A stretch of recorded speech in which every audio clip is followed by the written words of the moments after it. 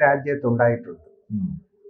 അതൊക്കെ ഏതാണ്ട് അവസാനിച്ച് സമാധാനത്തിന്റെ പാതയിൽ ഭീകരാക്രമണവും ഭീകരരും ഇന്ത്യയിൽ നിന്നും തുടച്ചു മാറ്റപ്പെട്ടു എന്നുള്ള ഒരു ചിന്ത, ഒരു തോന്നൽ, അങ്ങനെ ഒരു അനുഭവം കുറെ വർഷങ്ങളായി, ഏതാണ്ട് കുറെ വർഷങ്ങളായി അങ്ങനെ ഒരു സംഭവം, അങ്ങനെ ഇത്തരത്തിലുള്ള ഭീകരാക്രമണം നടക്കുന്നില്ല. പിന്നെ ഉണ്ടായത് നമ്മുടെ പട്ടാളക്കാർക്ക് നേരെ ഉണ്ടായ പുൽവാമയിലും പഹൽഗാമിലും ഒക്കെയുള്ള വിഷയങ്ങളാണ്.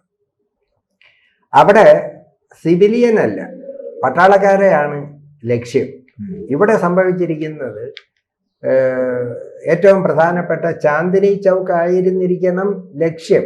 ഒരു പക്ഷേ ലക്ഷ്യത്തിന് മുന്നേ തന്നെ അത് പൊട്ടിയത് കൊണ്ടാകാം ചെങ്കോട്ടയിൽ അവിടെ കൊണ്ടത് നിന്നത്. അത് ആ അർത്ഥത്തിൽ മഹാഭാഗ്യമായി. കാരണം ഇല്ലെങ്കിൽ ഈ മരണസംഖ്യ 12-നകത്തെങ്ങും നിൽക്കില്ലായിരുന്നു, വളരെ കൂടുമായിരുന്നു. അതൊരു ഭാഗ്യം എന്നേ നമുക്ക് പറയാൻ പറ്റും.